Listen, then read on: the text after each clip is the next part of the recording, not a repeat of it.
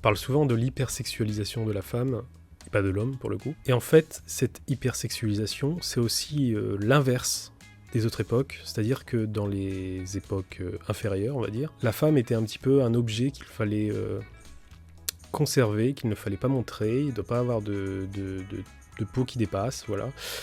C'était la pudeur incarnée, quoi. Globalement, c'est ça. Et les hommes, c'est pas mieux. Mais les hommes, il n'y a pas forcément de peau à montrer, en fait, en général, c'est pas...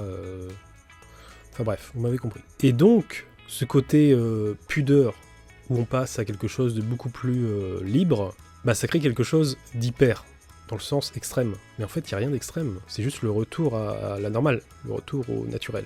Et forcément, ça fait chier les anciennes générations, qui eux sont encore dans ce côté prude, ce côté où la pudeur est vraiment là, c'est dans leur gène, c'est dans leur culture, c'est dans leur manière de vivre, quoi. Et donc en fait, ça crée un conflit entre les anciennes générations et les nouvelles, entre la non-liberté et la liberté, et ça crée des choses instables.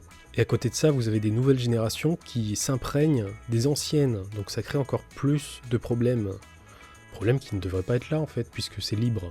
Et là où c'est un peu plus chaotique aussi, c'est que certaines femmes se sentent hypersexualisées. Donc en fait, c'est pas seulement les hommes qui critiquent cette phase, c'est les hommes et les femmes. Et parfois, c'est des jeunes femmes qui sont encore dans les anciennes mœurs. Vous voyez le délire ? Donc en fait, ça crée cette forme d'hypersexualisation qui n'existe pas. C'est juste une liberté qui a été amplifiée, qui prend sa place. Donc non, mesdames et messieurs, il n'y a aucun problème à se sexualiser entre vous et les autres, tant que ça ne devient pas du viol. Voilà, c'est surtout ça le problème, c'est les viols.